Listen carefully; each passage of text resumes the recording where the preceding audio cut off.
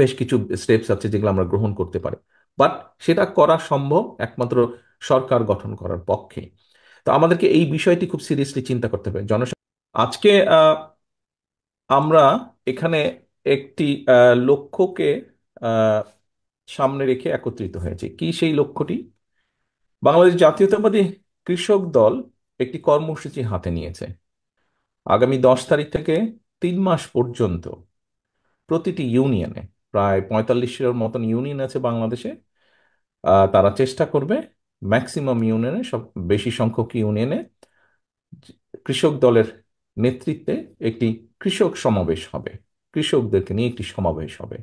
সেখানে কৃষি সংক্রান্ত বা আমাদের দলের নীতি আদর্শ আমরা কৃষকদের কাছে পৌঁছে দেওয়ার চেষ্টা করব।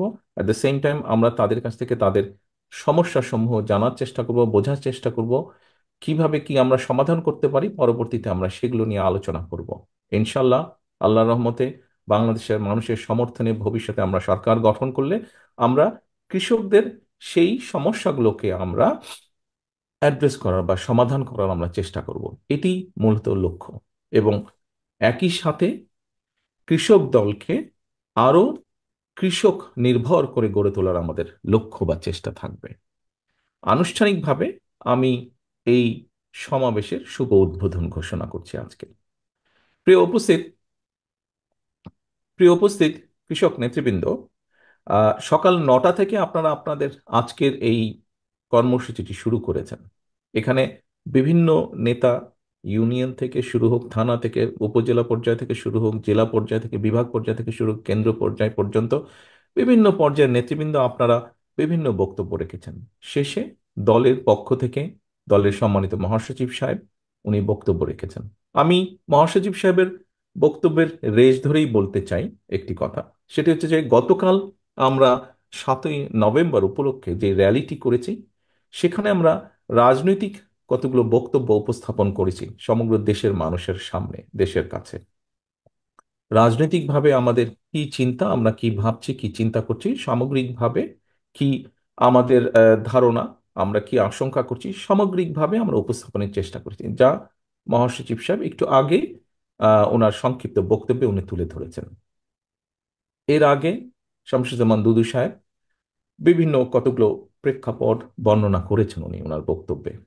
সেজন্য আমিও মনে করি আজকে খুব বেশি ওগুলো, সেই রাজনৈতিক বিষয়গুলো বলার বোধহয় প্রয়োজন নেই। মাত্র গতকাল বলেছি, এর আগেও বিভিন্ন বক্তব্যে বলেছি, বিভিন্ন বক্তব্যে এসেছে। আমি আজকে একটু ভিন্নভাবে আপনাদের সাথে কথা বলতে চাই। যেহেতু এখানে এটি একটি সেক্টর নিয়ে আমরা কথা বলছি, একটি সেক্টরের নেতৃবৃন্দ আছেন, একটি সেক্টরের কর্মীরা এখানে আছেন। সেটি হচ্ছে কৃষি বা কৃষক। কৃষি বা কৃষক সম্পর্কে এখানে যতটুকু আমি দেখতে পাচ্ছি স্ক্রিনে সাংবাদিক ভাইরাও আছেন, হয়তো বা ওনারা কিছুটা হতাশ হবেন যে আজকে আমি কোনো রাজনৈতিক বক্তব্য দিচ্ছি না বা দিতে চাইছি না। আমি আহ, মাত্র গতকাল কি বলেছি, কাজেই হয়তো বা ওনাদের জন্য খুব বেশি লেখার কিছু থাকবে না পত্রিকার পাতায় আমার বক্তব্য থেকে আজকে। আমি সেজন্য দুঃখ প্রকাশ করছি।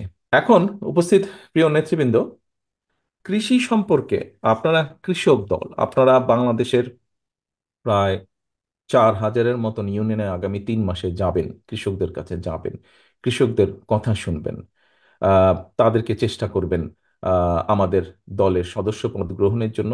একইভাবে চেষ্টা করবেন তাদের সমস্যাগুলো জানার জন্য, সমাধানগুলো আমরা বের করার চেষ্টা করব পরবর্তীতে ইনশাল্লাহ। আমরা যদি চিন্তা করে দেখি, আমরা ছোটবেলা থেকে আমরা কি শুনে এসেছি। ছোটবেলা থেকে আমরা শুনেছি, যখন আমরা শুনেছি এই কথাটা, তখন দেশে ইন্ডাস্ট্রির সংখ্যা খুব বেশি ছিল না, গার্মেন্টস তো ছিলই না। আহ, কিছু জুট কল ছিল, এর বাইরে কিছু কিছু খুব হাতে গোনা কিছু কিছু ইন্ডাস্ট্রি ছিল। আমরা শুনতাম যে আহ, কৃষি হচ্ছে বাংলাদেশের শতকরা ম্যাক্সিমাম মানুষ, শ্রমিক হচ্ছে কৃষি কাজের সাথে জড়িত, বাংলাদেশের সবচেয়ে বড় শিল্প হচ্ছে কৃষক। এটি মোটামুটি আমরা জেনে আসতাম। আজকে আমরা যদি জিজ্ঞেস করি এই অবস্থার কি পরিবর্তন হয়েছে, আমার কাছে তো মনে হয় না যে এই অবস্থার পরিবর্তন হয়েছে। এখনো আমি মনে করি কৃষি বাংলাদেশের সবচেয়ে বড় শিল্প। এবং কৃষককে যদি আমরা শ্রমিক হিসেবে ধরি, তাহলে আমরা বলতে পারি এই সেক্টরেই সবচেয়ে বেশি মানুষ বা শ্রমিক কাজ করছেন এই সেক্টরে। অর্থাৎ এই সেক্টরে যে শ্রমিক, তার সংখ্যা বিশাল। আমরা গার্মেন্টস সেক্টরে অনেক সময় বিভিন্ন হিসাব দেখি যে 20 লাখ, 25 লাখ, 30 লাখ বা 50 লাখ মানুষ কাজ করছেন। কিন্তু আপনি যদি গ্রামে গঞ্জে সারা বাংলাদেশে দেখেন আপনি, তাহলে আমরা দেখতে পাই, খুব সহজেই আমরা যেটি দেখতে পাই সেটা হচ্ছে যে প্রায় প্রতিটা মানুষ কোনো না কোনো ভাবে কৃষির সাথে জড়িত, এবং সেটি নারী হোক বা পুরুষ হোক। আমরা খেয়াল করে দেখলে দেখবো যে বাংলাদেশের আমার অর্ধেক, জনসংখ্যার অর্ধেক হচ্ছে নারী, এবং এই নারীদের একটি বিশাল অংশ কিন্তু কৃষির সাথে জড়িত। কাজে আমরা যদি পুরুষ এবং নারী দুটোকে একসাথে যোগ করি, দেখা যাবে যে বোধহয় এই সেক্টরে সবচেয়ে বেশি শ্রমিকের সংখ্যা। যেহেতু এই সেক্টরে সবচেয়ে বেশি শ্রমিকের সংখ্যা, কাজেই এই সেক্টরটিতে অবশ্যই আমাদের নজর দিতে হবে।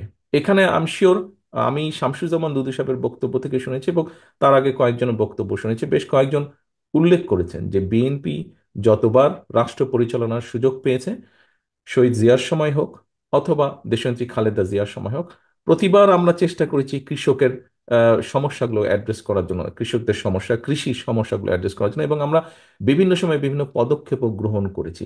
এর মধ্যে অনেকগুলো আলোচিত হয়েছে। আহ, খুব সংক্ষেপে যদি বলতে হয়, সেক্ষেত্রে বলা যায় যে, যেমন ধরেন খুব সহজে আমরা যেটা বলি, দেশনেত্রী খালেদা জিয়ার সময়, দেশনেত্রী খালেদা জিয়ার সময় আমরা দেশনেত্রী খালেদা জিয়ার সময় 5,000 টাকা পর্যন্ত কৃষি ঋণ মওকুফ ছিল, করে দেওয়া হয়েছিল। তারপরে 25 বিঘা পর্যন্ত জমির খাজনা। আহ, এরকম অনেকগুলো আছে, অনেক বিষয় আছে। ডিপ টিউবওয়েলের যেটা ইলেকট্রিসিটির খরচ, সেটা সরকার বিয়ার করতো সিজনে, যেই সময় ফসলের সিজন ছিল। বিডিএসি, বিএডিসির গোডাউনগুলো শহীদ জিয়ার সময় তৈরি করা হয়েছিল। এরকম অনেকগুলো বিষয় আছে যেগুলোতে কৃষকদের সমস্যার, কিছু সমস্যার সমাধান হয়েছে। আমরা যদি একটি বিষয় লক্ষ্য করি, সেটি হচ্ছে যে মূল যে বিষয়গুলো আছে, আমি যতটুকু বুঝি জানি, আহ, কৃষকের বীজের সমস্যা সম্পূর্ণভাবে এই সংকটের সমাধান করা যায়নি। বীজের সমস্যা রয়েছে, কাজে এটি একটি বিরাট সমস্যা, যেটি আমাদের অ্যাড্রেস করা প্রয়োজন। আমাদের 31 দফার মধ্যে আমরা এই ব্যাপারে কথা রেখেছি। আমরা তারপরে বিভিন্ন সময় ঝড় বৃষ্টি তুফান বন্যা, বিভিন্ন সময় কৃষকের ফসল নষ্ট হয় এই দেশে। আমরা কৃষি বিমার কথা চিন্তা করেছি, কৃষি বিমা আমরা করার চেষ্টা করছি, যাতে কৃষকের বীজ হোক বা ফসল হোক, ক্ষতিগ্রস্ত হলে সেই সময় একটা একটা সার্টেন টাইম পর্যন্ত, একটা নির্দিষ্ট সময় পর্যন্ত কৃষককে যাতে সেই সাপোর্টটা দেওয়া যায়, কৃষককে যাতে, বাংলাদেশে আবহমান কালে যেটা প্রচলিত আছে, কৃষক গিয়ে মহাজনদের কাছ থেকে লোন নেয়, এরকম হয়, এই লোন চক্রবৃদ্ধি আকারে বৃদ্ধি পেতে থাকে, ফলে এটা একটা বার্ডেন হয়ে যায়, কৃষকের উপর একটা চাপ তৈরি হয়। সেটি না হয়ে আমরা যদি সরকারের পক্ষ থেকে যদি কৃষি বীমা তৈরি করতে পারি, বড় কৃষক না হলেও আমরা যদি মাঝারি এবং ছোট কৃষক বলতে যাদেরকে বোঝায়, তাদেরকে যদি এই সাপোর্টগুলো আমরা দিতে পারি, তাহলে ওই যে একটা ঋণের চক্র তৈরি হয় কৃষকের মাথার উপরে, সেটি হয়তো আর করা সম্ভব, সেটি হয়তো হবে না। আহ, সারের সমস্যা আছে, সারের সমস্যা আছে। আমাদের আমাদের লাস্ট গভর্নমেন্টের সময় আগে ছিল ইউনিয়ন, খুব সম্ভব ইউনিয়ন পর্যায়ে একজন করে ডিলার, তাতে বিভিন্ন সমস্যা দেখা যেত। এই ডিলারের সংখ্যা ইউনিয়ন পর্যায়ে আমাদের গত সরকারের সময় এটি বাড়ানো হয়েছে, 1 থেকে 2 করা হয়েছে যতটুকু আমার মনে আছে। এইভাবে অনেকগুলো স্টেপ নেওয়া হয়েছিল। একটি বড় সমস্যা আছে, সেটি হচ্ছে কৃষি জমির পরিমাণ কমে যাচ্ছে।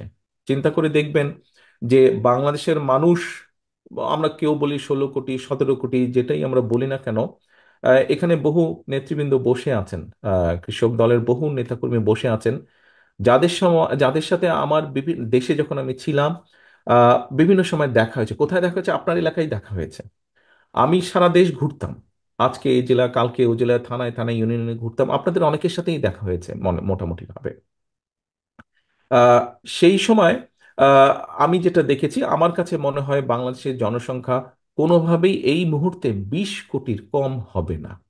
এটি হচ্ছে, আমার কাছে হয়তো ফ্যাক্টস ফিগার নেই, কিন্তু দেখে আমার কাছে যা মনে হয়েছে, সারা দেশ ঘুরে আমার যতটুকু মনে হয়েছে, এতদিনে জনসংখ্যা, এখন চিন্তা করেন নেতৃবৃন্দ, 20 কোটি জনসংখ্যা, 20 কোটি জনসংখ্যার জন্য খাদ্য উৎপাদন যদি করতে হয়, আপনাকে ডেফিনেটলি, অবশ্যই অবশ্যই অবশ্যই আপনাকে কৃষির পুরা বিষয়টিকে, কৃষি বলতে যা যা বোঝায় সব কিছুকে একটি ডিসিপ্লিনের মধ্যে যদি আপনি না আনেন, তাহলে অবশ্যই এই 20 কোটি মানুষের খাদ্য সংস্থান করা ভীষণ একটি ডিফিকাল্ট ব্যাপার হবে, এবং খুব সিরিয়াস ব্যাপার।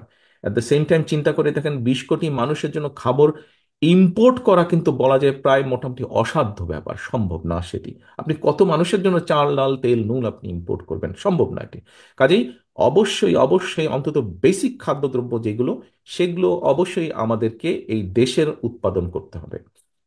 এখন এই দেশে উৎপাদন করতে হলে কৃষি জমির পরিমাণ, জনসংখ্যা যেহেতু বেড়ে যাচ্ছে, কৃষি জমির পরিমাণ কমে যাচ্ছে, এটি একটা সিরিয়াস ম্যাটার, কিন্তু এই বিষয়টি আমাদেরকে চিন্তা করতে হবে। কাজেই কিভাবে কৃষির জমিন আমরা বাড়াতে পারি, জমি আমরা বাড়াতে পারি, এটি একটি চিন্তা আমাদেরকে করতে হবে। কৃষি জমি বাড়াতে হলে অনেক বিষয় আছে, হয়তো এত ডিটেল এখানে হয়তো আলোচনা করা সম্ভব না। বেশ কিছু স্টেপস আছে যেগুলো আমরা গ্রহণ করতে পারি, বাট সেটা করা সম্ভব একমাত্র সরকার গঠন করার পক্ষে। তো আমাদেরকে এই বিষয়টি খুব সিরিয়াসলি চিন্তা করতে হবে, জনসংখ্যা বাড়ছে বই আমাদের কমছে না। আচ্ছা, আসেন এরপরে। কৃষি বলতে শুধু যে ধান চাষ, পাট চাষ, নট দ্যাট। কৃষি বলতে ধান চাষ যদি হয়ে থাকে, গম চাষ যদি হয়ে থাকে, শাক সবজি চাষ যদি হয়ে থাকে, একই সাথে কিন্তু গরু ছাগল হাঁস মুরগি মাছ এইগুলা পালনও কৃষির মধ্যে পড়ে। শুধু যে ধান চাষ আর কয়েকটা ফসল এটা না, কৃষি একটা ব্যাপক বিরাট একটা সেক্টর কিন্তু। এখন আপনি শুধু ধান চাষ করলেন, না হয় আপনার চালের সমস্যা হলো, কিন্তু শুধু কি আপনি ভাত খাবেন? শুধু তো ভাত খাবেন না, শাক সবজিও আপনাকে খেতে হবে, আপনাকে মাছ খেতে হবে, আপনাকে গরু ছাগল এগুলো আপনার এনাফ প্রোডাকশন হতে হবে। কাজেই এই বিষয়গুলোকে নিয়েও আমাদের চিন্তা করতে হবে। যে এই যে দেখুন, আজকে আহ পেঁয়াজ পেঁয়াজ রসুন আদা হঠাৎ করে দাম বেড়ে যাচ্ছে, ডিমের দাম সেই 160 টাকা 200 টাকার কাছাকাছি চলে যাচ্ছে কেন? এটার কিছু সমস্যা, তো অন্য সমস্যা আছে যেগুলো পত্রপত্রিকায় আমরা দেখি, কিছু সমস্যা আছে, কিন্তু এর বাইরে আমি মনে করি আরেকটি বড় সমস্যা আছে, সেটি হচ্ছে আমাদের প্রোডাকশন বাড়াতে হবে আরো। আমাদের প্রোডাকশন বাড়াতে হবে, সেটি ধানের প্রোডাকশন হোক, মানে চালের প্রোডাকশন হোক, সেটি শাকসবজির প্রোডাকশন হোক, সেটি গরু ছাগলের প্রোডাকশন হোক, সেটি পেঁয়াজের প্রোডাকশন হোক। পেঁয়াজ, আমাদের দেশে পেঁয়াজের প্রোডাকশন বাড়ানো সম্ভব। পেঁয়াজ আমরা পার্শ্ববর্তী দেশ সহ কিছু কিছু দেশ থেকে ইম্পোর্ট হয়, কিন্তু নিশ্চয়ই আপনাদের অনেকেরই হয়তো ধারণা আছে, সবার না থাকলেও, আমাদের সারা দেশের মানুষের পেঁয়াজের যে রিকোয়ারমেন্ট, মোটামুটি ভাবে কিন্তু তার 50%-এর বেশি পেঁয়াজ দেশি এই মুহূর্তে উৎপাদিত হয়। প্রায় 60-65% পেঁয়াজ দেশি উৎপাদিত হয়। তাহলে এইটা যদি হয়, এটাকে কিন্তু আমরা আরো বাড়াতে পারি। এটা কি বাড়িয়ে ইম্পোর্ট নির্ভরতা আমরা কমাতে পারি। এখন আমাদেরকে তাহলে বের করতে হবে কোথায় কোথায় আর প্রবাবিলিটি আছে, যেখানে যেখানে পেঁয়াজের উৎপাদন, পেঁয়াজ সহ আরো যেগুলো ফসল আছে যেগুলো নিয়ে মাঝে মাঝে হইচই পড়ে যায়, মাঝে মাঝে এই পত্র পত্রিকায় যেগুলো নিয়ে নিউজ হয়, মাঝে মাঝে হইচই পড়ে যায়। এবং স্বাভাবিকভাবে সরকার যেই থাকুক না কেন, আর জনপ্রতিনিধি তো করে এইরকম সরকার, মানে মানুষের ভোটে নির্বাচিত, যেমন বিএনপি 2001 বলুন, 91 সাল বলুন, 1969 সাল বলুন, যে জনগণ দ্বারা নির্বাচিত ছিল বলেই এইরকম সরকার আরো বেশি বিব্রত হয় যখন এরকম ঘটনাগুলো ঘটে। কাজে এই ঘটনাগুলো আমাদেরকে অ্যাড্রেস করতে হবে। দেখুন, একটি বড় বিষয় হচ্ছে পানি। পানি আমাদের একটি বড় বিষয়। আমি জানি না আপনারা কয়জন কতটুকু খেয়াল করছেন, বাট 20 কোটি লোকের দেশে আমাদের পানির বিপুল অসম্ভব সংকট আছে, সিরিয়াস একটি ক্রাইসিস আছে পানি। এবং পানি কৃষির সাথে সম্পর্কিত। অনেকে হয়তো বলতে পারে পানি, কিন্তু পানি কৃষি, পানি এবং কৃষি ওতপ্রোতভাবে জড়িত। আপনি পানি ছাড়া কিছুই, কৃষির কিছুই করতে পারবেন না। এখন শহীদ জিয়ার সময় খাল খনন কর্মসূচি শুরু করা হয়েছিল।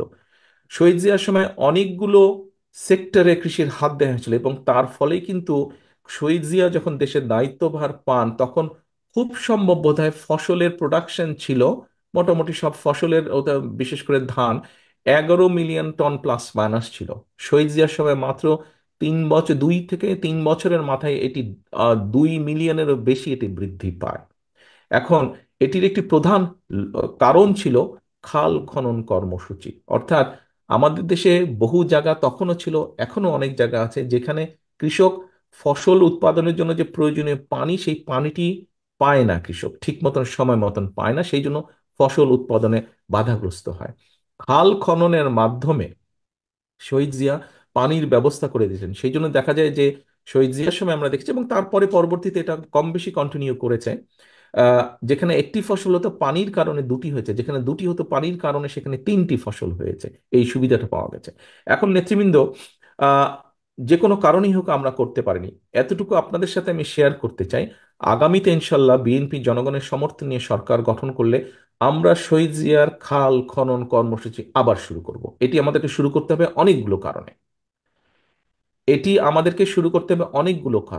আমাদেরকে শুরু করতে হবে কৃষকের পানির সুবিধার কারণে। এটি আমাদেরকে করতে হবে রিজার্ভার তৈরি করার কারণে। এটি আমাদেরকে করতে হবে, আমাদের যে আন্ডারগ্রাউন্ড ওয়াটার লেভেল আছে এটি কিন্তু নিচে নেমে গেছে, পানির নিচে যে মাটির নিচে যে পানিটা থাকে এটি কিন্তু ব্যবহার করতে করতে করতে করতে নিচে নেমে গেছে, যেটি আরেকটি বিশাল বিপদের একটি সংকেত আমাদের জন্য।